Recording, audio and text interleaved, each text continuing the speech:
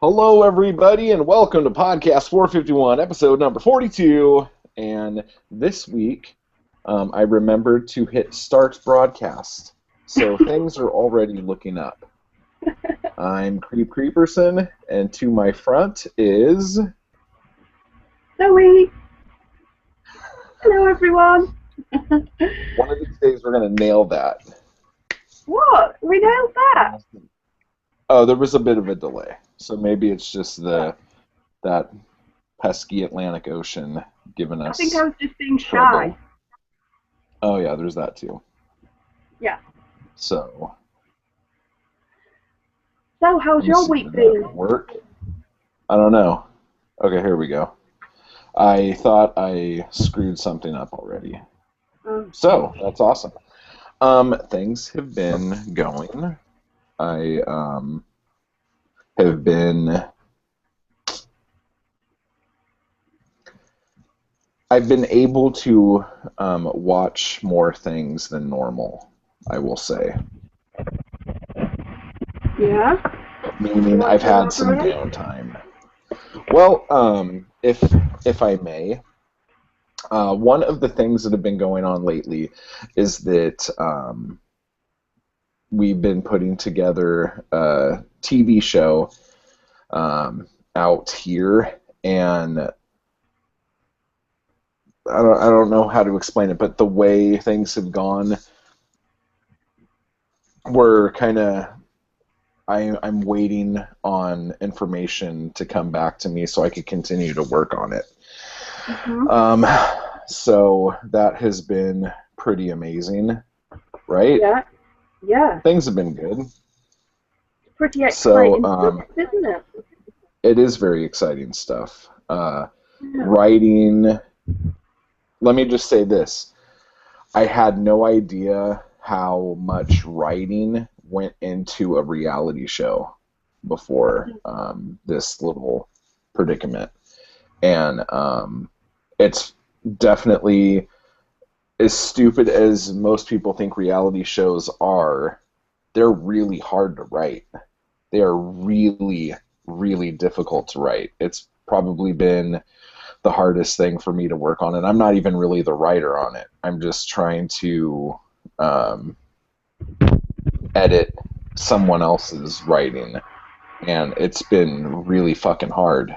Like, it's tough. So that have you got a newfound admiration? When you say admiration, you make it sound like I'm admiring that. And I wouldn't say admiration, but I would say respect. Yeah. Now that I know that there are people behind the curtain who put Towie together, it makes it a whole new world for me. A whole new world. Oh no. That's the caffeine. I've had a lot of caffeine. So yeah. So that happened. Yeah, so that's pretty awesome. And I do want to share that information that I got the other day because I think it's fun. Can I share it? Okay. So I was approached by a production company to see if the movie rights for Black Star Canyon was available. And it's crazy, because this isn't the first company that's asked me for that, but this is, I think, the first legit company that has talked to me about it.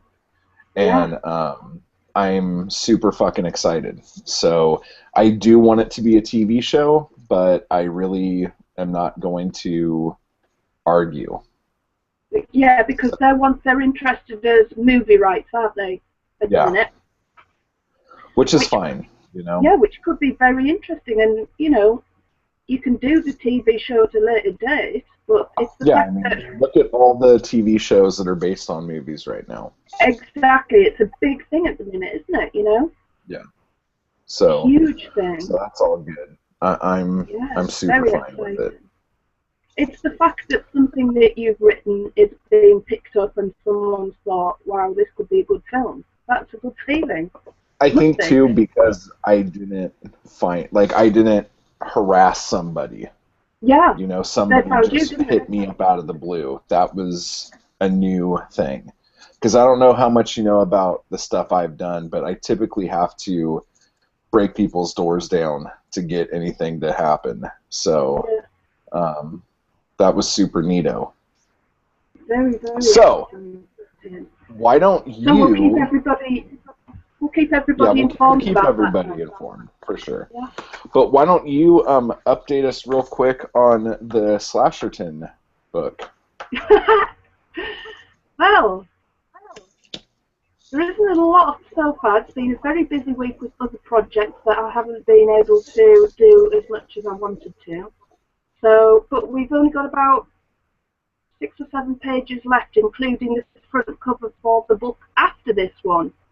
So it's getting there, slowly but surely, and it looks great. I'm really, really pleased with it. So it's taking longer than it should be, and I'm sorry for that, but there's other things going on at the minute that I can't go into that are kind of taking priority for that, so, which are very exciting as well. Exciting stuff all around. Very exciting stuff, but it's gonna get there. Once I get going at it, I can do 3-4 pages a day when I get really cracking. So it'll only take a couple of days, and then I've got to do the editing bit and add all the text and stuff like that. So it'll only actually take a week when I can actually have time to sit down and do it. So I just want it out now because it's really exciting. It's going to be a big book, but it's going to be very cool. Yeah. It's really neat. The artwork's really, really good, and really, really, it's not as minimalistic as some of the other books. The books keep getting bigger and bigger each book, and this one... Yeah, they do. I've tried to, because there's a lot more pages, there's a lot in there that I have to make as simple as possible to kind of get it done in the time. But there's some that you just can't possibly do simplified, you know, and there's like a lot going on in each page, and it's just funny. And the characters are great, and the writing's great, of course, you know, and it's just good fun to do. I just hope people enjoy it. They're just such a nice. Just such a pleasure to do. I enjoy doing them, and I just hope people enjoy reading them as much as we enjoy making them, really. Yeah, I think the actual Slasherton fans are pretty hardcore Slasherton fans. Yeah, we've always said this, haven't we? You know, it hasn't got out to as many people as we need it to yet, of course. But we're going to just keep trying with that, like you have to do with everything. And hopefully it'll get more and more well known. But those people who have latched onto it and enjoy it really seem to enjoy it, you know, and they grasp each book as they come out and really enjoy them. We haven't had like a bad review for them, have we? They seem to really like them. So, and we should rename this summer the Summer of Excitement. We should, because everything's pretty exciting. I know, everything's quite exciting at the minute, isn't it? We're a bit overwhelmed. Super exciting. Look at me jumping out of my skin with excitement right now. This is me really excited. You need to calm down a bit. I do. A funeral's going to break out right here if I don't freaking do something quick. I just wanted to say as well to Jim that I apologise because I was looking through past posts, and as usual, seeing rubbish in just about every department as far as keeping up to date with things. I forgot that in his prize package, because he was the one who posted the picture of him in drag, for the Sack and Drag. Back in December, by the way. Back in December, yes. It's only 8 months ago, 7 months ago. I promised he got a copy, or I can't even remember what it was, but he got, hang on, just finding it. I hope you didn't see down my cleavage there. Oh my gosh, this is a PG-rated show, fucking shit. Sorry. I've got his little Sack character here. She wanted to say she's holding Jim's sack in her hand, but she refrained. I've got your sack right here, Jim. I've got your sack in the palm of my hand. Oh, you don't need to roll it around. What the hell's wrong with you? So he's Poor ready Jim. to go. And I've also done, Jim, you'll be hopefully interested to know, part of the package as well was, pun intended, was to include your death scene in this book. And I drew that the other day. Yeah, I drew that the other day, and I really enjoyed it. So hopefully you'll enjoy it as much as I did. We thought it was great that we cracked up when we... In case you didn't know, this section of the show is just for Jim Moon. Nobody else. This is just for Jim. I'm just letting Jim know that I haven't forgotten his prize package from last December. So I am on that. Yeah. And she's also on sending the mugs out to the people who won the contest in June. I was just about to say that. It's been a crazy couple months, I'm not going to lie. It's been a busy time. I can't help it. My brain's I'm pretty goldfish-like at the best of times, as we've discussed on numerous occasions. And this is just proof of that. So at least I'm no liar. True to my word. Now, anyway, we've been talking a lot about ourselves, but the actual main show today is we have the huge pleasure of having a guest on today, Bryan Cohen. We sure do. Yay, Bryan Cohen! He will be with us shortly. We're hoping to get him on around about 10 my time, which will be 2-ish your time, isn't it? 2 p.m. your time? Yeah, which will be 4-ish his time. Yeah. Isn't the world a crazy place? Isn't it? My friend said to me the other day, so if Liar. somebody travel, no, it's true. They said to me, so the concept of time travel is actually, real. And I went, what do you mean? And she said, well, the fact that if you travel over to the States, you're actually gaining 8 hours. So if you stay there, in your lifespan, you've actually got back 8 hours. You've actually gained 8 hours in your life. You've got an extra 8 hours. And I was like, yeah, that's a very good point. I wonder how old pilots really are. I know.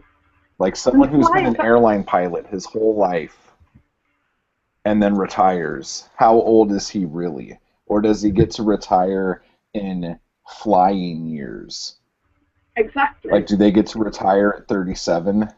Because they're really, but it depends, when you add up all the time. They have to keep coming back, though, so it's kind of negating it. It's if you go Is it, though? But it depends where they're going. It's just like Superman 2, dude. Fly around the Earth backwards super fast, and you'll be traveling backwards in time. Yeah. That was Superman 1, wasn't it? So he could stop her going down the ravine. Was that Superman 1 or Superman 2? It's Superman 1. Is it? He turns time back so he can get Lois out of the... Yeah, I recall the scene. I just didn't remember if it was 1 or 2. Okay, well, whatever. So if anyone has any questions for Bryan or wants to yell at us about Superman or time travel for that matter, you could hit us up live here on the Q&A on Google Plus or on the comments on YouTube. Again, the Google Hangouts app thing doesn't really work well, so I will get to the YouTube comments shortly. I will keep going back and forth between them to make sure we don't have any comments there. So anyway. Get Googling Bryan Cohen if you don't know who he is already. He's basically this awesome author who's written lots of books about creative writing prompts and all sorts of various different things for kids, different grades, and all sorts of different things which we'll discuss with him, which to help people with writer's block, and as well as a new young adult fiction book, Ted Saves the World, which I have just bought, and I'm going to tell him that because it looks awesome. Nice. Mm-hmm. That's awesome. 99 pence on the UK Kindle edition, so I've got it. I've backed it. That's pretty awesome. Very good. And he's also one of the hosts of the Sell More Book Show, which is a really amazing podcast that everyone should listen to. It is concise and action-packed into a little thingy and full of useful information. Yeah. Really except the last show. Their last show was like 17 hours long, and I'm sure he'll tell us all about that. Yeah. I'm really looking forward all the other shows are right in there a half hour. So hopefully you'll find it useful and very interesting, and I'm sure he'll be really keen to answer any questions, so get your thinking caps on. Get them on, because thinking will happen. Now, we have talked briefly about writing prompts, and I'm going to pick Bryan's brain, which should probably be the sequel to Ted Saves the World, Picking Bryan's Brain, but I don't know. I think he already has a sequel ready for it. But so writing prompts, I think I use them differently than most people use them, just because I tend to do things without thinking. And I guess we'll kind of get into that into more detail in a little bit. But Zoe, we got some, I mean, we didn't get the news personally because we're so cool, but there was some sad news posted today that I would like to mention because did you read about it? I didn't. I haven't read a lot of news about it. I heard, well, it's about Marilyn Burns, isn't it? Yeah. Marilyn Burns from Texas Chainsaw Massacre died today. Which is very, very sad. It's super sad. She's like, a lot of people like say that Jamie Lee Curtis was like the first Final Girl, but Marilyn Burns, I think, from Texas Chainsaw, was kind of the first girl in that sense, in my opinion, and that's been one of the most influential movies in my filmmaking, and I've seen it so many times, and I met her in, what was that, 2009, and she was just a total sweetheart, and it just... I've heard that. She's supposed to be an absolutely lovely woman. Super, super lovely. So that's just really sad. That kind of like took me down a little bit today. So that's why I'm doing the double shot on top of the espresso in the cup, because I need to perk up a little bit. I know, it's very, very sad. I heard that she sad, just sad passed away. news. Yeah, so let's raise a glass to her, right? Hey, I'm sure you have wine, and I'm throwing back. Marilyn. I heard that she just passed away in her sleep, so I don't know the whole story about it. I didn't really want to read about it. It sounds stupid, but I kind of just thought, I didn't want to read about it until after the show, because I didn't want to get all mushy. I know, it's just sad. I already am a little mushy. I haven't quite recovered from James Garner dying last week or the week before either. That hit me like a sledgehammer.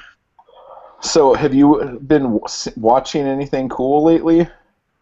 No, I finished American Horror Story Asylum, the second season, and I really enjoyed it. It was a bit crazy. There was all sorts of stupid things that you just kind of had to go with, but as an all-round entertainment thing, that gothic setting just suits me down to the ground, and I loved it. So now I'm a bit lost. I don't know what the hell to do with myself. But never mind. I've got plenty of things I need to be doing anyway, like finishing a book and stuff, so it's probably a good idea.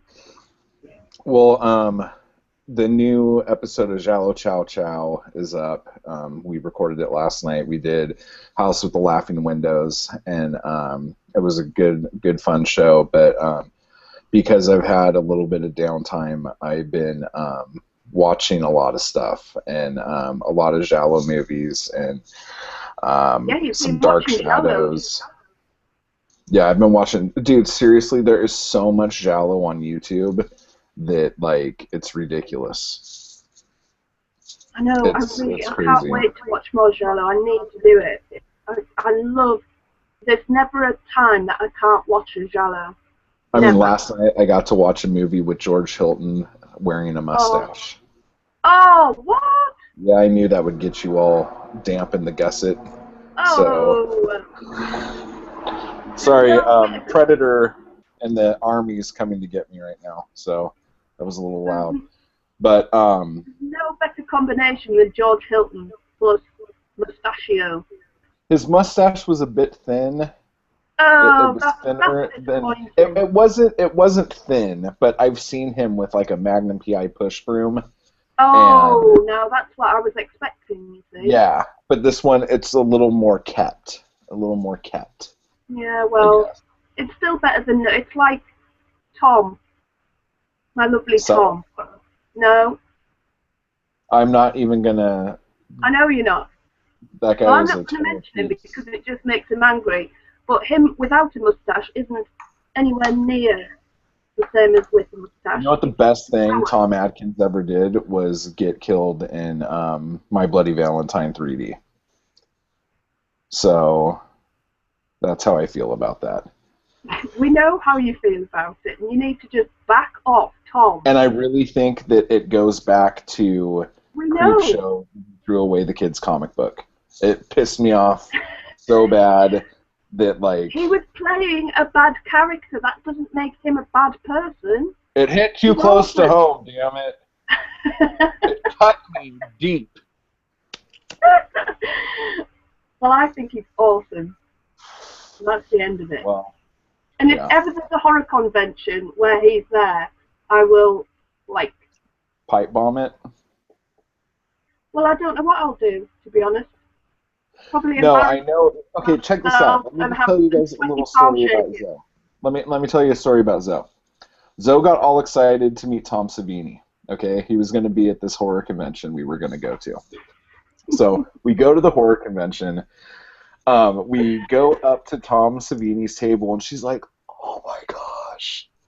I And nearly so died. like she was like standing kind of far away. So I took a picture of her standing far away with looking over at Tom, and it's the most hysterical picture ever.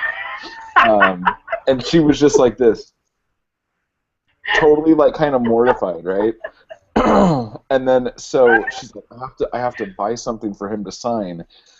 And so I'm like, okay, well, he's gonna sign it, and then you get your picture taken with him. She's like, no, no, I'm not gonna do that.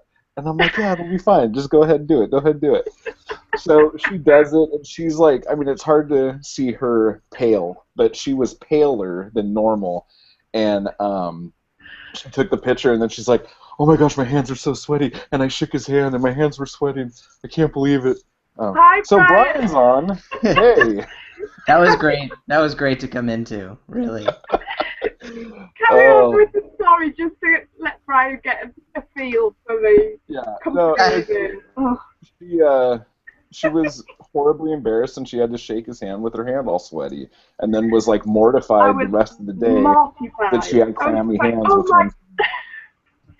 I was like, a cool man. I've been there. I I've know, been the there. sweaty hand syndrome. Now, Brian, are you a big fanboy? I'm a fanboy of a couple of different things.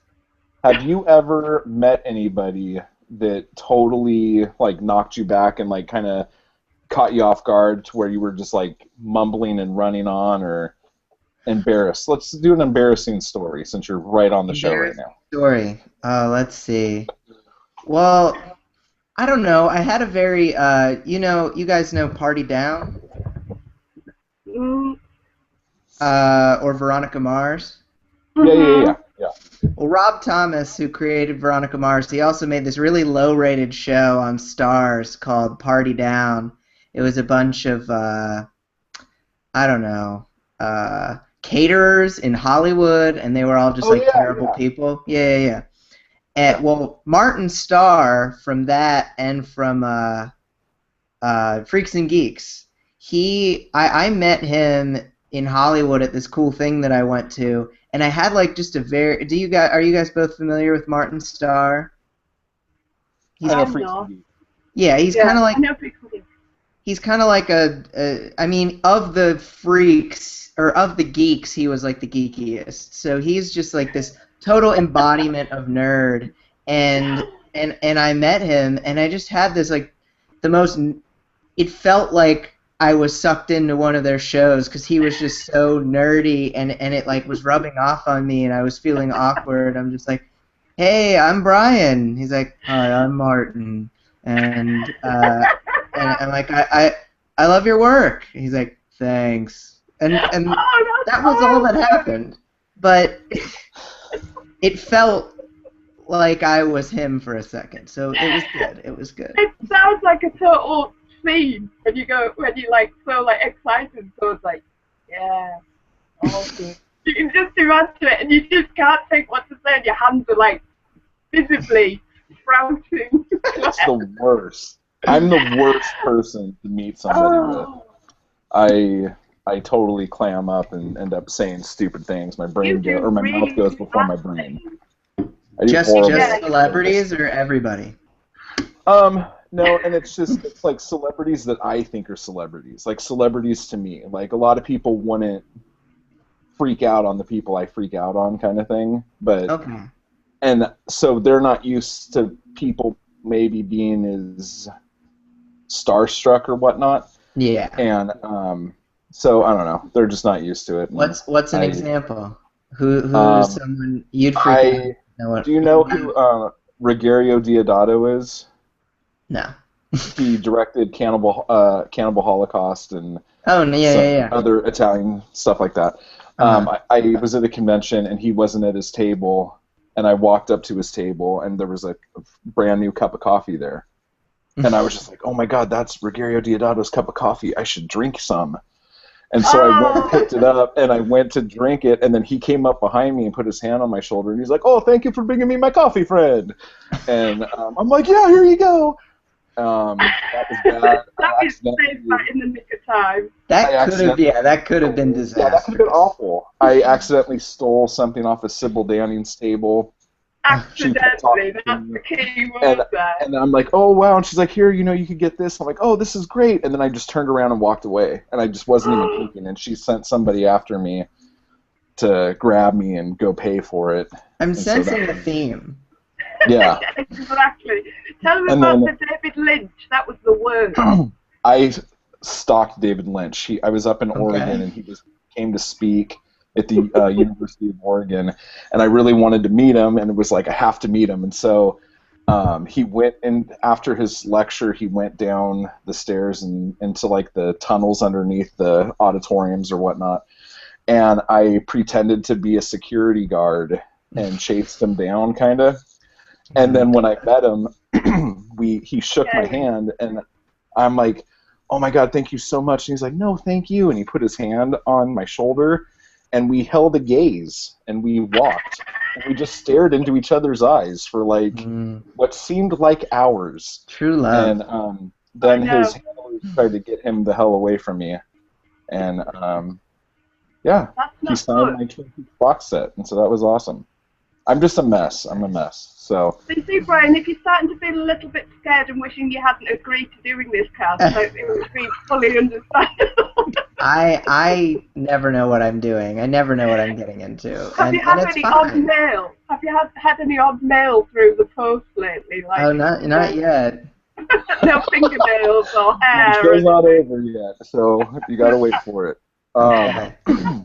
So just to start talking about you and enough about me stalking people, there's a few different things. So you have a website called buildcreativewritingideas.com with a hyphen in between each word. Okay. Now, what prompted you to do that. You see what I did there? I did. That was good. That was good. It really wasn't that great, but yeah. Well, What got you on that? Well, it was kind of one of those. I almost wanted to fake it until I made it. I wasn't I wanted to write. I wanted to be a writer. I was a few years out of college when I started it, and I wasn't writing. I was beating myself up every day. I would waste so much time, and I tried to figure out what can I do to turn it around. And I'm like, well, if I start reading about how to actually be creative instead of wasting your time, then maybe I would start to get better at it. And so I put out a bunch of articles. One thing that I tried was writing a page of creative writing prompts, and that ended up being by far just where all the traffic came in from. So I made like 100 of those and then put it into a book, and that's how I initially got into indie publishing. Now, speaking about prompts, is there one prompt that you could use all the time over and over again whenever you get stuck? I mean, the funny thing is, I don't actually use the prompts that much for myself. I write them, and then I just like give them to other people, and it's funny because I could probably use them sometimes, and I just don't. I don't know why. So that's a terrible answer to your question. No, but half the thing is, I think, is that half the battle is not knowing how to get out of that writer's block. And the fact that you know you've got that arsenal there, you know, you've already been through that, it's kind of, you know, you've got over that step, so it's not like that impending doom, that sort of awful feeling where you can't do it, you know? They're there if you need them, but you're not actually needing them. Do you hit writer's block? Sorry, Zoe. Guys. Writer's block, the only time I do is when I put stuff in my own way, really, because, I mean, you guys know, it's about being in a routine, it's about having that daily word count goal or having that project goal, and when you have that, the only things that can really get in your mind are in your way are like you screwing up your own schedule, or you getting yourself in like a bad headspace so that you can't actually do stuff, or just, I mean, I've kind of made the transition recently from being the pantser to being more of a plotter, and that has helped me a lot just because now if I can get in the right headspace, if I can keep my schedule correct, then all I really need to do is sit down and I know exactly what I'm going to write because I have the outline there. So I don't really get writer's block that much anymore, except for when I screw myself over. Yeah. How would you screw yourself over? Give an example of what that means. Well, last night I was out till past midnight playing trivia with my wife's coworkers, and it was fun. And it was great, and I usually get up at 6:15 to write, and I wasn't going to get up at 6:15 to write when I got home past midnight because I know that I need a certain amount of sleep if I'm actually going to power through my entire like 2.5-hour writing session. So I slept later, wrote half of my writing this morning, and after this podcast is through, I'm going to go over to Whole Foods and write the second half. But if my day was crazier, I would have had to push something to like Saturday, and Saturday's my blog post writing day, and so it like one starts cannibalizing the other, and then it screws stuff up. So that's. Now let me ask you this question: Have you ever like had like a vacation, let's say, or even a business trip that totally screwed up your normal system, and then when you come back, it's hard to get back in? Yeah. How do you fix that? I think you have to be so militant with yourself about when you get back. I'm going to do everything perfectly other than writing. Like, I'm going to go to bed at the right time, unpack all my stuff from my trip. I'm going to have everything ready and available. My clothes are going to be washed. Like, all the crap that you have to deal with when you get back from vacation. Like, all that has to be, and I don't always follow this advice. I'm just saying this would be the way that one would achieve this. It's really just about, I mean, treating yourself as like your own boss who might fire you is a good way to force yourself to That is a really good get way it to done. look at it. Yeah. Because it I is. do all that backwards. I don't unpack. I don't do anything. I'm like, crap, I haven't been writing. I got to get to it. And then my world starts piling on top of me. So that is a really, really good way. And Zoe couldn't unpack a bag to save her freaking life. So that makes sense. Now, you are from the theater, right? Am I correct in that? Yeah. You come from the theater. Yes. Now, do you I feel... started with improv comedy. So, starting with improv, do you think that helps you write, especially when you don't know where you are in your story?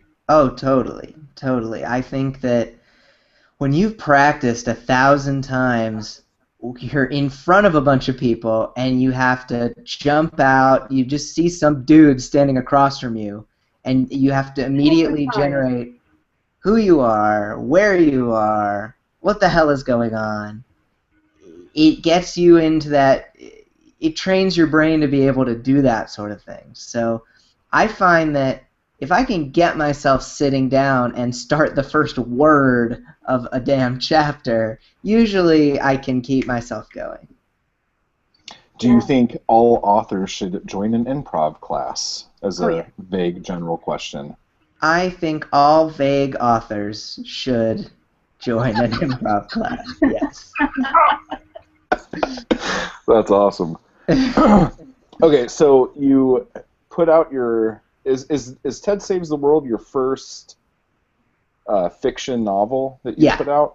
Yes, it is. So tell us about Brian. that. You what?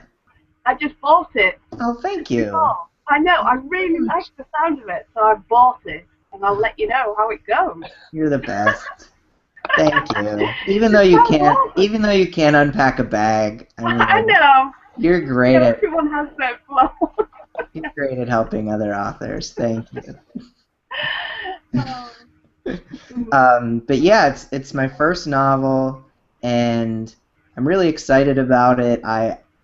I've tried. I don't know about you guys, but I had the hardest time for years writing a full-length work. I just would crap out, and I needed to find a good system for myself, and that really came from outlining stuff. And before I outlined things, I would just write myself into such a hole that I had no clue how to get out of, improv or no. And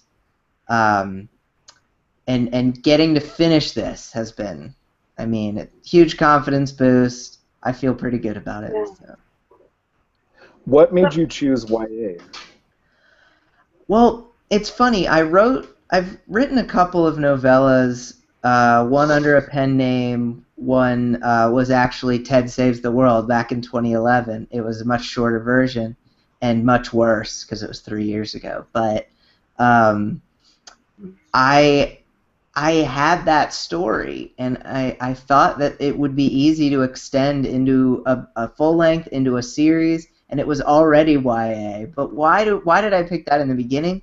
I think it was my love for Joss Whedon and Buffy the Vampire Slayer, because it's totally... Yeah, I read it was a huge influence, wasn't it? Oh yeah, it's my homage. It's one of the main characters, Erica, is kind of an amalgamation between like Buffy and Giles, and I wanted to see what would happen if like the master with all the knowledge was in like some cheerleader body, and I wanted to see what happened with that. And so Buffy, huge influence, and since Buffy is essentially YA to upper YA, that's the way I went.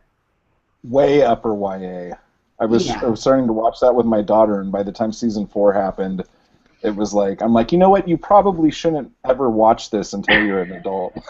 See, the thing is, though, It's a bit racing. I I was the same age as Buffy. Like, when Buffy was 16, I was 16. So every year, like, I grew at the same, Yeah. like, at the same pace. And so, you know, I was ready for the things that she faced when I I was think that I was, age. more or less. I think I was as well, and it was like, I don't know, you grew with her and grew with the experiences, and you appreciated everything that was going on. And it was Yeah. really clever how they did that. But Yeah. I don't know if we were, you know, being like, how old's your daughter, Creep? My daughter is 11. Yeah, 11's too young for Buffy, definitely. Yeah. But I mean, After the first season. yeah, first season's okay, but Yeah. yeah, no, So it's tough to let pick me that up. ask you a scientific Buffy question. Because Okay, this is a question that Zoe and I always get into. all right. How does Spike smoke cigarettes if he's dead? This is a ridiculous thing. I don't think we Like get the into breathing. this. Do vampires breathe? Well, that's the thing. There are definitely some incarnations where, and I don't remember if in Buffy that they have no breath. Like some incarnations, they definitely don't. And I remember something in my head about someone saying I have no breath. Was it in Buffy?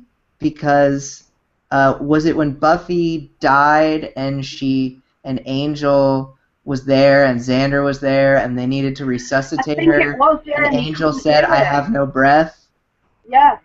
So you're right. Now, Spike I shouldn't be will able to say, smoke. Angel, You're right, when yeah. he runs around, he always goes, and he's like Oh. puffing and moving, so Well, This that's is what because going of on all the there. weight he gained on Angel. Do you know, I have to say, I'm ashamed to admit this, but I prefer Angel now. At the time, I loved Buffy, but Yeah. watching them now, I prefer Angel and the storylines and everything. I find Buffy really depressing, you know, everything. But at the time, it was great, because it was Yeah. just what you were going through, you know, and all that angst. We were angsty. Yeah, massively And now you're a angsty. grown up and you like Batman, so Exactly. Yeah, you gotta like it. exactly. Yeah, Yeah. that's probably why. Okay, so if they were gonna make Ted Saves the World into a movie, who stars in it? Well, my vision for Ted has always been Logan Lerman from the what are those Olympus? What are those damn Oh, yeah. YA books like the Yeah, I know. Percy Jackson? Yeah. There Percy you go. Jackson, yeah. And he was also in the adaptation of Perks of Being a Wallflower, which was really good. Yeah, it was a fantastic film, that wasn't it, in book? So I see him. I've had a little trouble picking a girl. I don't know. Erica, that's tricky. Yeah, Erica's tough because she needs to be badass, but you need to like see her as having been kind of a bitch. I don't know. Originally, I thought of like young Rachel McAdams, Mean Yeah. Girls era, but like I'm trying to think of someone like it's probably someone from like a show that I don't watch, like that's on some teen Creep's badass daughter would show. probably know. Creep's daughter would probably have a way better idea. Yeah, I need to ask some 17-year-olds who's the badass chick on TV right now, because it'll probably just be her. Now, when you're writing the characters, does it help you to have in your head an idea of who they are, like from whether it's someone you know or an actor or whatnot? I definitely think it helps, but I like letting the characters kind of do their own thing. I let them kind of just party during every scene and see what happens. I don't really try to rein them back in. If they do something totally weird, I'm like, would they actually do that? And if so, let them go. But really, only the casting thing, like casting in mind for characters, I really think of it after when like I'm putting together a book cover or something. I don't really think of it if while I'm doing it. Do you guys? Um, Sometimes I start out like that, but then all of a sudden I'll get into a scene, and instead of one actor, now my main character is like Matthew McConaughey or something. And I'm Yeah. like, how the hell did you get here? And then he just starts talking, and I'm like, okay, whatever. And then I'm going, and then all of a sudden Tim Roth is right there, and I'm like, oh, that's strange. And I just kind of go with it like that. But they seem to change as Yeah. the book goes, it seems. So that's always fun. Oh yeah, that's cool. Well, that's called Um, character growth, right? They change into different people. Character growth. Character growth or character schizophrenia Yeah. or something like that. Because I do some like kind of bizarro stuff, and then I do other stuff, and I find with the bizarro stuff, I pants that. Like Mhm. I just go and I go and I go, and then it just does all sorts of different stuff. But with Yeah. the other stuff, I have to be way more structured in the Mhm. writing of it. Yeah. But so your book cover, that was an interesting thing. Can you tell the story about how you did that? Because I think a lot of people would like that. Yeah. Yeah. Well, I decided that from hearing all these people saying that people on the book covers, having actual living people, whether it be stock photos or whatever, tends to sell more books than uh, not having people on there. And so I really wanted to organize a photo shoot and and get great art, great photo art for the first 3 books in the series. And because I figured if I took the pictures for all 3 at once, it would end up being cheaper than if I had to organize 3 different photo shoots. And Yeah. you know, I come from theater, so I have a bunch of Chicago theater connections, and I used those to find a Ted and an Erica who don't look anything like Rachel McAdams and Logan Lerman, but they were really fantastic, Yeah, and it looks great. yeah, and so I organized the shoot, and this great company in Chicago, Photography, and I know both of the people. We took the photos one night. You know, they brought a bunch of different outfits, and we ended up doing the first 3 covers. Although it may end up becoming books 1, 2, and 4 now, and that's where you come into you come into a little bit of an issue if you try to plot too far ahead when it comes to like creating art, because now I'm like, no, I think that might be pushed further now. But still, it's three book covers worth of art. And then originally, I was gonna go to try to go to Fiverr to get this person who looked really good, and the art they returned me was really bad.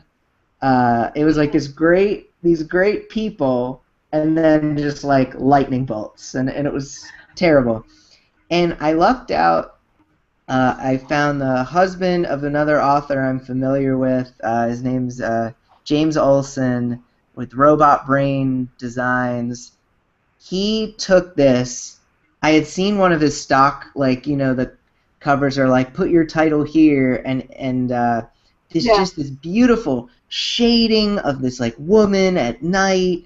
It looked kind of a werewolfy cover, and I was like, oh, this guy. If this is just his stock picture, I'm getting him on board. And he was just starting out when I found him, so the rates were really reasonable, and he took it and just knocked it out of the park, and Wow. that led to the first one. And price-wise, it was like $450 for the photographers. Let's see. I paid each actor $100. I paid the makeup person $50. So that's $700, and it ended up being between like 200 and 300 for the cover for the first one, and then it'll be another 300 or so for the next 2. So it'll be $1,600 for 3 book For the covers, 3 covers. Yeah. but they're like really good book covers. They're So gorgeous.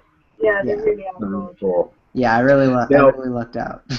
you said Yeah. something that hit me a little bit there when you said this book cover is supposed to be for number 3, but now I'm thinking it's better for number 4. Now I'm going to go out on a limb and guess that you're still writing number 2.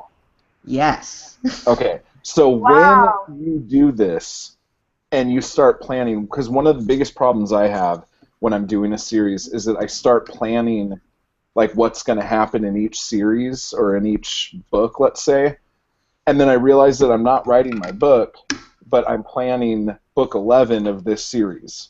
Yeah. You know, and like a couple weeks ago, I had this new idea that was an old idea, but I finally figured out how to make it work. And I started putting it together and coming up with book titles, and oh my gosh, this is going to be so cool. And like, I was talking to Zoe about it too, and she's like, oh wow, that's great. But I just kept going, and I still haven't written a goddamn thing on that. But I'm up to like book 12, and I'm like, this is so awesome. And then I'm like, oh, and I have this like little prequel book here. Oh, this is going to be great. And this guy takes a parrot. It's going to be so awesome. And blah, blah, blah. But so, do you ever hit that point where you're like, okay, I'm planning way too much. I need to get back to writing? Well, I've been planning kind of the arc in the back of my head of the whole series. I plan it as a 7-book series. And that's been, I haven't really gone formal in plotting that down. I've only formally plotted book 2, and I actually threw out an entire, I mean, I didn't throw it out because I might use parts of it in book 3, but I wrote this really extensive chapter-by-chapter outline for what was going to be book 2, and then said, nah, this isn't going to work, and put that off to the side and wrote a completely new one that I'm actually much happier with. So I've only been going book by book as far as detailed plotting. Yeah. And so I think for me, like, I have these deadlines. You can actually see my calendar behind me, which is now, like, out of date. Totally. Yeah, it's totally out of date. I'm like, I yeah, have the exact same finish thing right here. final draft of book 2 on July 18th. That happened, right? Didn't that happen? That's That was a exactly month the ago. same as Craig's. That's exactly the same as Craig's on his I do wall. the exact same thing. I even have release dates of when my books are supposed to come out, and I'm already like 3 back. I've totally screwed the pooch on this. But it's good to have deadlines. It's just, If you make Keeps you on your Yeah. toes. well, you can always push a But deadline. It's not the end of the world. Brian, why did you said that you're doing these as a series? Because we always discuss on the show things about series versus the whole, doing it as a big novel and things. And is that down to the fact that you want to be keeping it tight and concise and keeping your brain focused on it? Is that why you chose to go for it in the broken up series? Well, it's still a series of novels. Yeah. So if I did end up putting all 7 together, it would be like an estimated 500,000 words. So that would probably be a little too long, unless I was, George R.R. Martin. But I think the series idea, it ties into TV for me, and I'm probably more of a TV watcher than a reader at this point, and I need to balance it out a little bit more. But I always kind of saw it as like, okay, well, this is like season 1, or at least it's like a 4-episode mini-series, and so that always split. That was what was split in my head as far as wanting to do it as a series. And also, it seems like, if you get the series out, you pump the heck out of book 1, and hopefully you get some traction and make some money so you can survive. Yeah, I know. It seems to be a successful way at the minute, though, doesn't it? That rather than, a few years ago when the novels were coming out and it was a big deal to have novels, that people are breaking them up and doing series books, because a lot of creeps are series ones, and they're great, aren't they? Because people seem, we were talking about, sort of limited, what's the word I'm trying to say? Limited attention span. Yeah. Yeah, the YouTube generation. And people really love having fast-paced, awesome books that they can read and get into, and then get excited about the next one coming out, rather than having a huge, great fat tome that they have to read through. People don't seem to do that anymore. Yeah. It's My strange, but thing yeah. is that I like serials. I like doing like a weekly episode, Yeah. but the way the sales go on that, it's been weird. And Weird on the how. last series we did, we had people buying because on the last book we put a bunch of like bonus features in. So like when you get the complete season, there's like behind the scenes crap that I put in the Yeah. back of the book. And then I had a bunch of people return their freaking individual episodes that they got to buy the season with all the extra crap in it. So it kind of bit me in the ass a little bit. But at the end of the day, I guess I make more money. Yeah. But it kind of was weird and irritating a little bit. But that's the great thing about it. You now see that that's what people are doing, and you know, I mean, you watch self-publishing podcasts, yeah? Yeah. Like those guys, they only do the seasons now because they were just thinking that nobody really cares about uh, like they want to save money and they want the cool stuff. So I mean, maybe they'll. I mean, you could keep doing what you're doing too, and just keep in mind that people are going to return them for the bonus features. I know. I just like for me personally, like having the thing where I have to finish the book and get it out every week, that helps me. Yeah, As it's far as useful. deadlines go, I like the whole feel because then it's like for 2 months all we're doing is like Black Star Canyon. You know, it's just like our whole thing. But I don't know. I'm trying to get more into just doing a series and see how that works. But so as far as let's talk a little bit about sales and stuff like that now about your book. Yeah. What is your number 2 store? My number 2 store is Nook, and part of that is because I have sucked at getting my books onto iBooks because I'm really impatient. I had some of them through and that it's close between between iBooks, and that's because I have a few books that are still languishing through Smashwords on iBooks. It's I need to get them up on iBooks, and I've been dragging my feet because I know it's like the week and a half approval process sometimes, and then if you get something wrong, it's going to be another week and a half, and it's a bunch of formatting, and I hate formatting. So I've actually considered doing TED KDP Select maybe for the first 90 days, but my second best is Nook, and really that's been from BookBubs. BookBub ads and including Nook on there has really helped to bump that up. But it's only for the month that the BookBub happens, and then like the month after, and then it kind of fades away. It drops off again. Wow. So tell us a little bit about your awesome show, the Sell More Book Show. Sell More Book Show is awesome. It's been really fun. Basically, every week we just talk about the latest news in indie publishing. We have a section where we talk about 3 tips that we found online, and by we I mean me, because I look up all of the news. And I'm not bitter about it. I learn a lot, but it does take some time.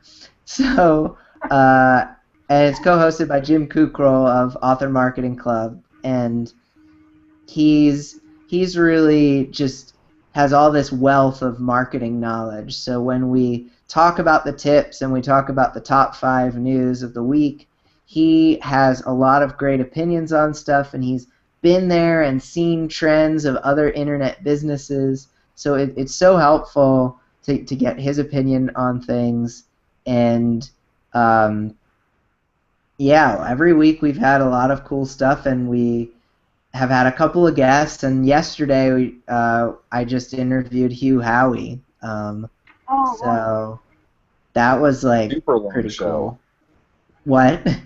It was a super long show. Yeah, it was a 2-parter. I just never cut him off. I just It's like, people don't want me to cut him off. People want to hear how he has to say. So. They want to absorb everything he has to say.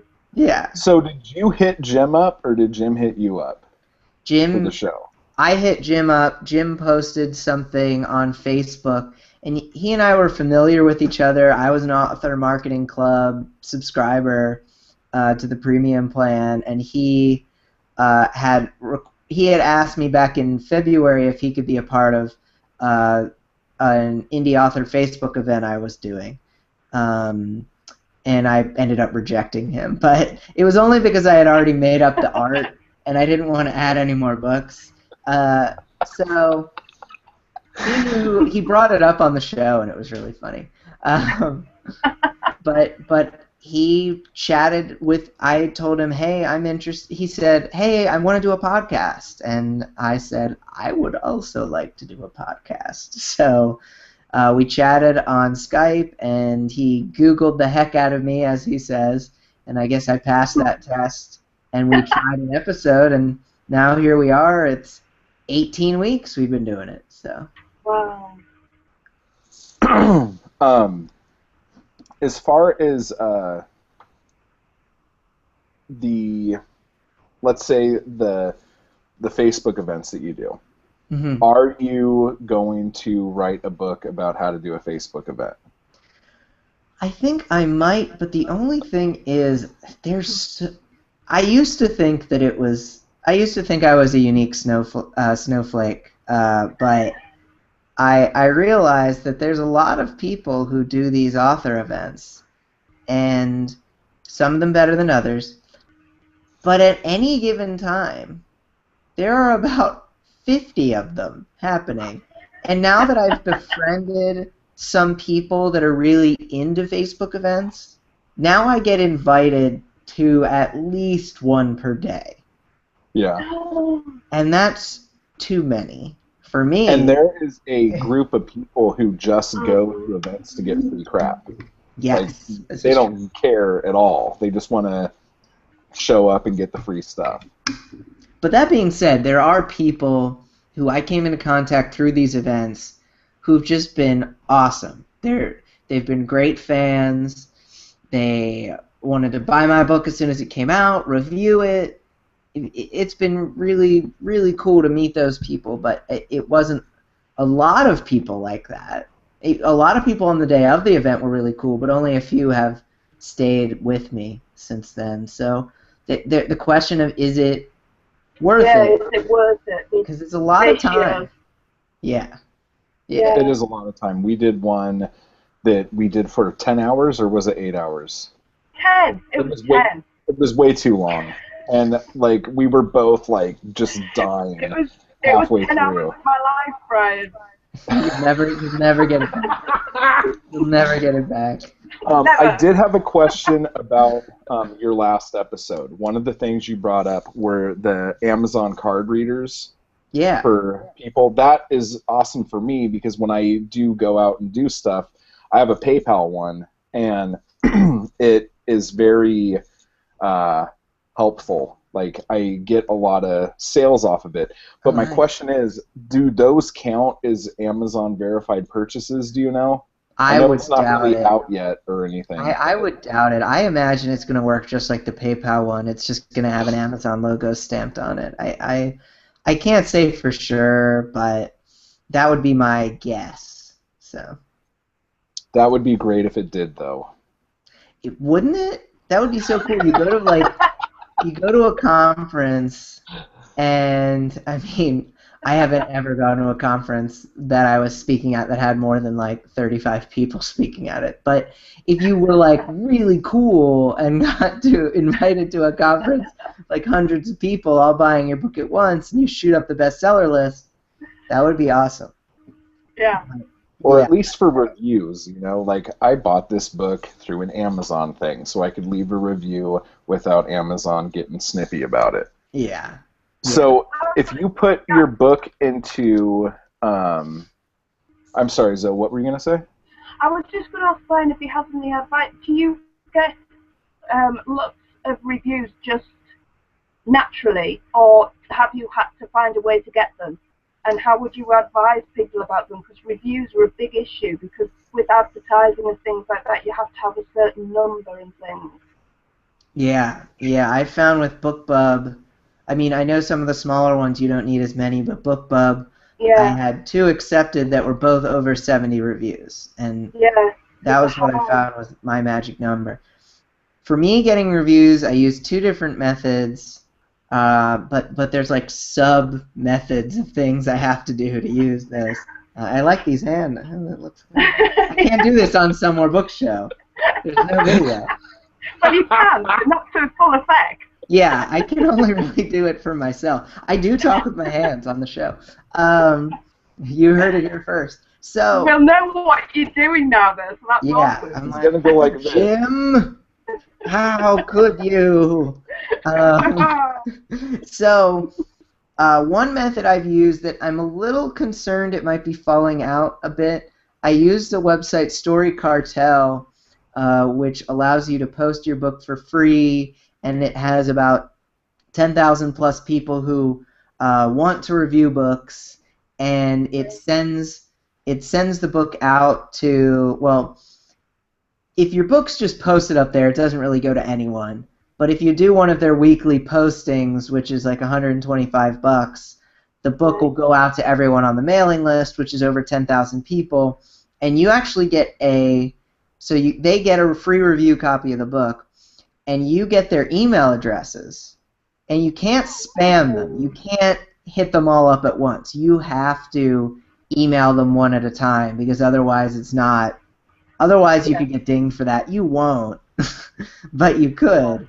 And people appreciate one-on-one anyway. So I email those people one-on-one, and the reason people even sign up to Story Cartel, they can win like Amazon gift cards and Kindles and stuff if so they're getting something out of it too. Yeah, exactly. So I've done a couple postings for that and gotten probably, I don't know, 25% of the reviews on the 2 of my BookBub books came from that, and maybe even closer to 30, and then 30% came from me just bugging people who had read it, and then the other 30 to 35% came from this is my plug for Jim's website here, Author Marketing Club. Yeah, and he didn't even tell me I have to do this. I just do this because it is really helpful. We've plugged it as well. Plugged it as well. But here's the trick, because you've got Amazon, you've got the Amazon Reviewer Grabber if you're a premium member, but sitting there and clicking and clicking and clicking and trying to build these up, it takes forever. And recently I just hired, well, she's been helping me with some stuff, a virtual assistant on Odesk who works overseas. She's from Egypt, and she charges $5 an hour. And so I said, hey, how about for 5 to 10 hours you sit in front of Author Marketing Club's Reviewer Grabber and click for me? And so this week she is going to be, and she's going to be giving me a list of 1,000 people to email. Wow, that's a fantastic idea. Yeah, it's been. I'm really excited about it. He's not going to do the email. You're doing the emailing. She is also going to be helping me with the emailing, but it still has to be one at a time. It's all going to be one at a time. I'm not sending a big blast out to 1,000 people. Now, the same message will be copy-pasted with a different name, because there's no point in really sending different stuff. But my hope is to get 10%. Email 1,000 people, get 10%. That's awesome. Yeah. That's huge. Yeah, it is. It's a huge amount of reviews. That's a fantastic idea. Now, you were talking about maybe putting TED into KDP Select, right? Yeah. Now, if you do that, are you going to do Kindle Unlimited?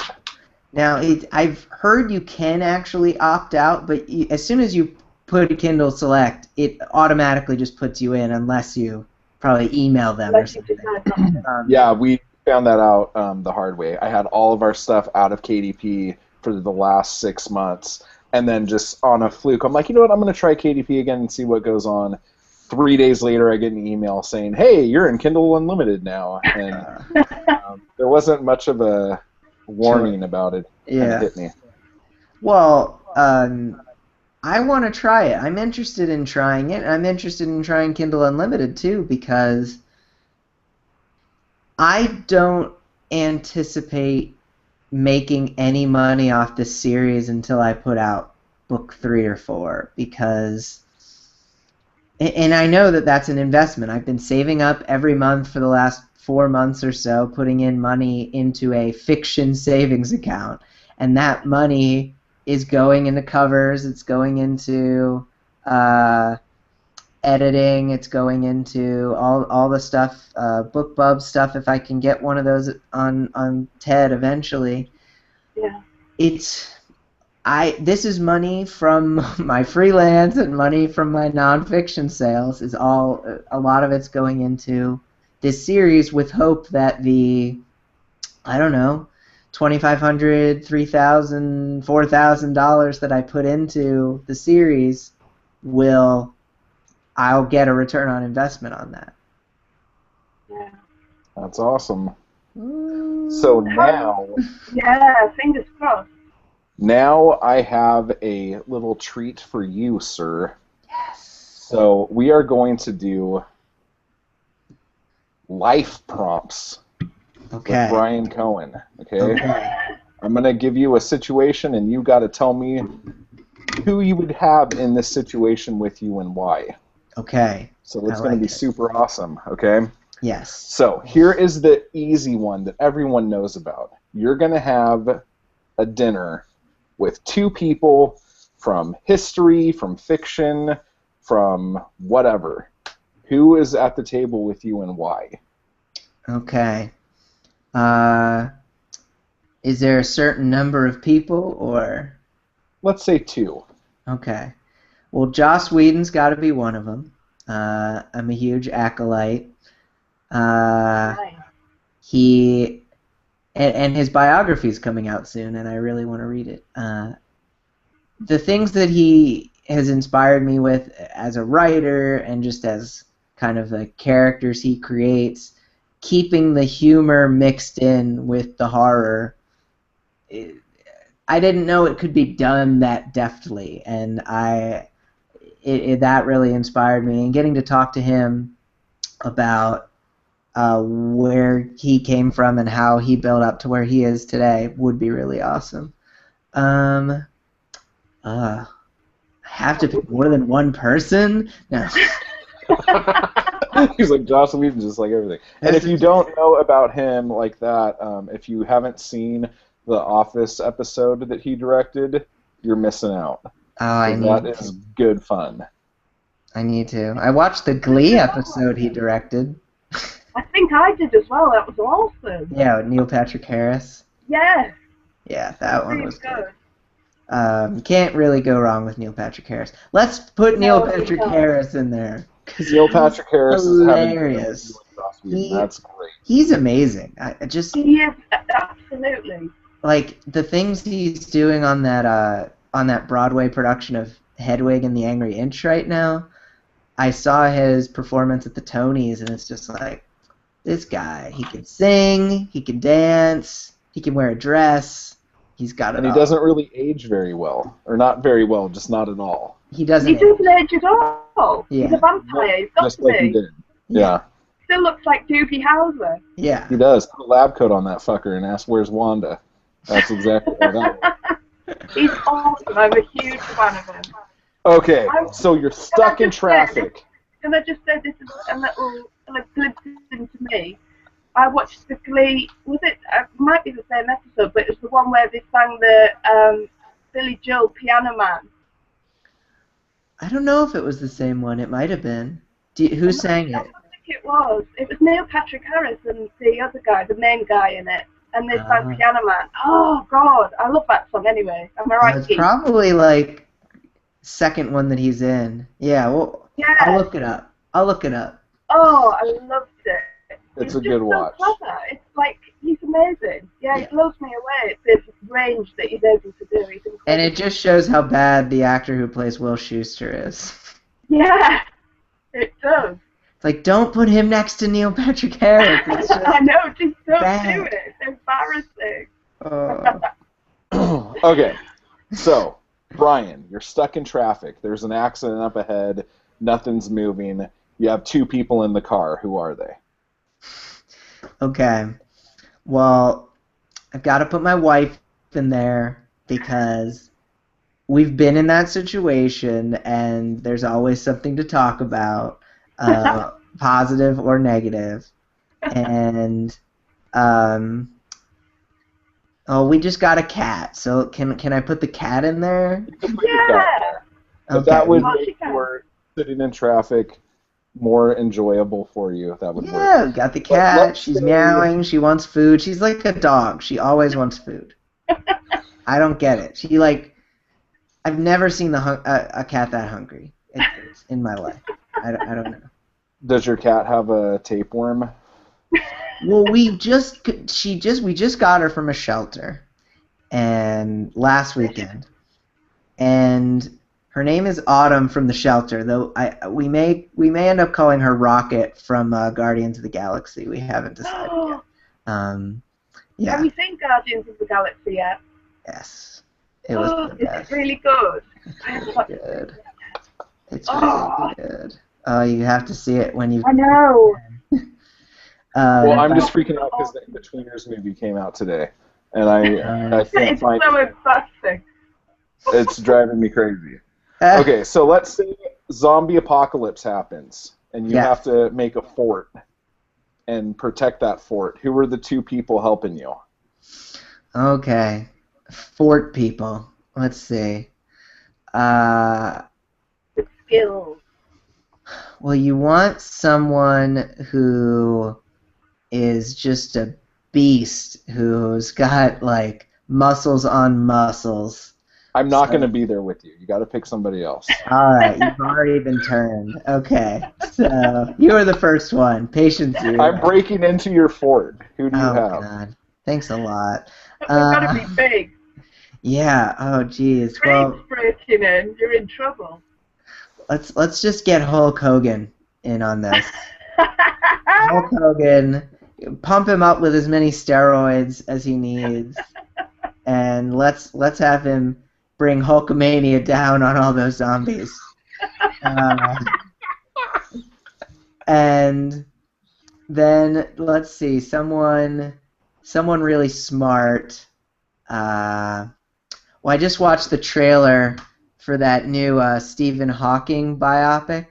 Let's get Stephen Hawking in there. So Hulk Hogan and Stephen Hawking in our bunker. Wow. All right. Now, you just got married not too long ago, right? Yeah, just last year. Okay. So, what two people would throw you a bachelor party from before when you got married? Well, I've got my best man, Swam, short Suman Swaminathan is his full name, but Swam is his nickname, and I actually have an Indian character in Ted Saves the World that's half based off of Swam. But He's the Donald Trump, Bill Gates. yeah, exactly. He's not so much that in real life, but he is very impressed with himself. So, Swam is he's a applied mathematician slash Indian saxophone concert player, and so this guy is all over the place. But I've known him since way back when, 7th grade baseball. Good guy. And then we'll throw my brother in there, Jamie.